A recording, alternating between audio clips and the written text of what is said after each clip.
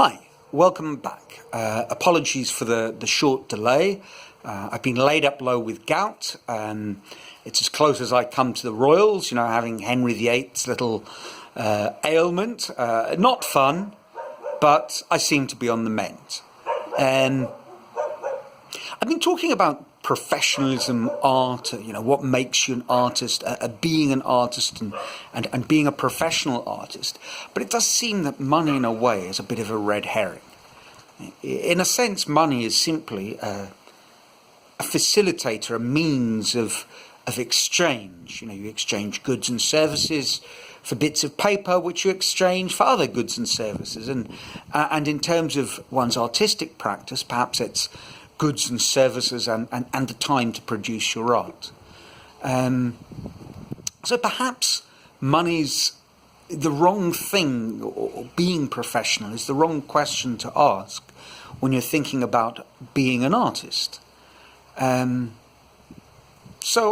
I thought I'd take a different tack today. I remember when I was a kid, quite young, I realised that there were chess players and people who played chess. I loved playing chess, but I was a chess player. It was a sort of all-consuming passion. It's who I was. I could kind of see myself in my games, as flawed as they might have been. And that's the point about this distinction. It's got nothing to do with one's actual playing strength or performance level.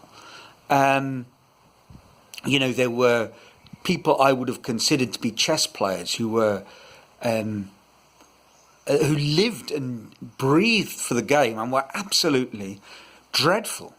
And there were other people who were at near professional standard, and it was simply something they did, a sort of competitive pastime. They were like a performing seal. And if you went to the circus and you saw a seal balancing on its tail, bouncing a ball on its nose, you wouldn't call it an acrobat or, an artist. It's a seal that's been trained to do something. It's exchanging motion for fish. And on some level, that seems to be what some professional people might be doing in their artistic endeavour. Certainly, I think that's true today. And in the visual arts, it's definitely true. People who produce art, I wouldn't deny that, and art that sells for millions, but their real interest is in business and in a sort of industry coordination and a marketing exercise. And who they really are isn't to be found and intertwined with the art itself. I mean, they might say it is, but that's just art spiel to maintain, an extra zero on the price at Sotheby's or Christie's or whoever. I was definitely, as a child, I would definitely have said I was a chess player. It was who I was. I did a lot of other things. So it wasn't, to be fair, an all-consuming passion, because I liked playing sport and I liked reading and there were all sorts of other activities. But the thing that I'm most identified with was almost certainly my chess. And one modern famous conceptual artist, Marina Abramović, conceptual performance artist. I don't like what she does. It's not my scene at all. This idea that this performance, her and her partner joined, kind of in a sort of many-minute kiss seal, where they're breathing one into the other until they both collapse in a heap on the floor. I don't get it. But she's a very influential artist and clearly driven and all consumed by her art. And she said, look, how do you know if you're an artist? It's like asking, about breathing. It is what you do. It is who you are. It's instinctive. Which kind of bugs me a little, because I sort of think, well, is that the case with my own art? I have lots of other interests, but then if it's not the case with my art, it's not the case with anything. Does that sort of in some kind of weird mathematical reductio ad absurdum, make me nothing, because there is nothing that I wholly identify with, or do we need to think of it as a kind of composite, and I need to create this all-embracing identity? And is it really possible for a functioning adult? Certainly in the visual art world, there is a movement of people for whom this is very definitely true, and that is the outsider art movement. And these are people who sometimes literally their only form of expression is their art. They are completely mute, sort of catatonic, autistic, totally unexpressive in any other way except for their drawing, which just pours out of them, water from a spring, and simply doesn't stop. There's an art historian, curator, chap, Julian Spalding, who's written a very interesting book. And at the end of the book, he kind of suggests that perhaps when we look back on 20th century art, the only really truly creative art is that of the art brute, the outsider art, the art of these totally committed people. And committed is unfortunately apt, because in many cases the reason they are so their life is so inextricably interwoven with their art is because they have been committed to prison because they've murdered someone, or a mental institution because they are absolutely and completely incapable of maintaining themselves, and are diagnosed with umpteen conditions. And in those circumstances, very often, and at the very heart, the beginning of the outsider art movement, they really did focus on people in that kind of condition who had been, they were outsiders in the sense that they were completely outside of any cultural influence. The art one day just sort of came out of them. It was someone had opened the tap and that was it. And it was their very much their only form of self-expression.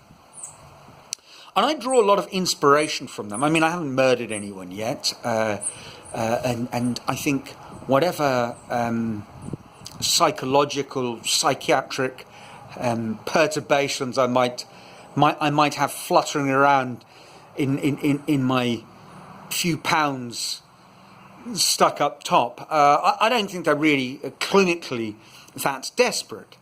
But I identify with them because I can see how this is sort of a holy grail state, where you immerse yourself so totally that you and your art become almost inseparable.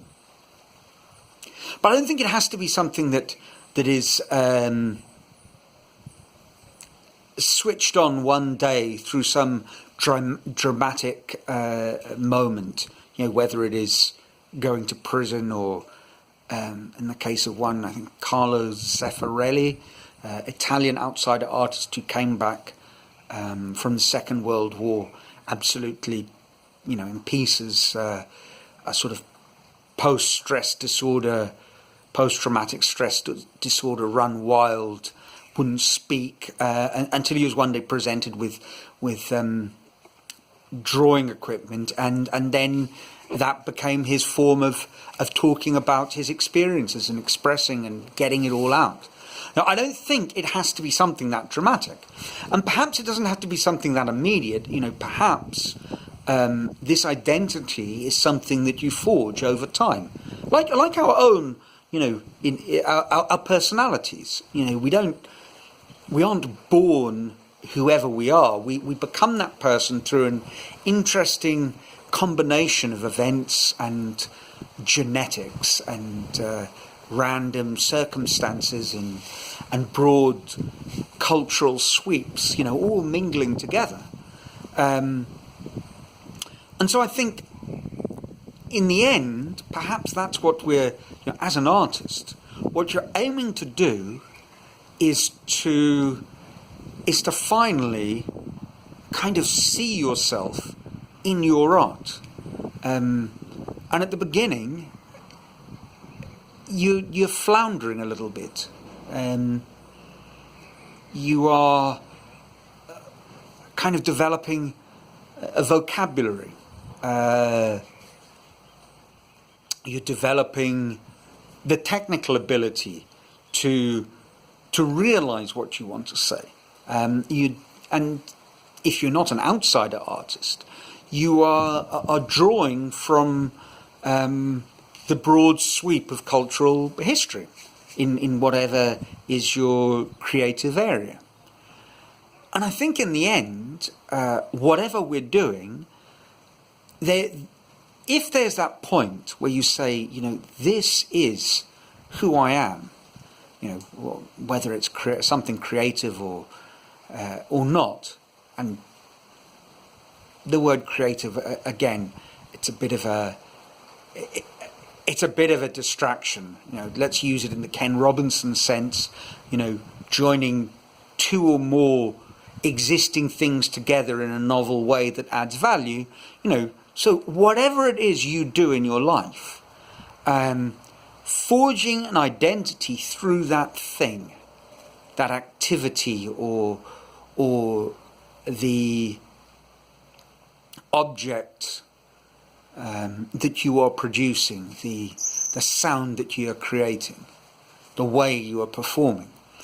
I think that's kind of what we strive towards. And obviously the risky business, and again this applies to anything, whether whatever it is you're doing, is you embark on this road and there's no way of knowing whether you're going to be successful.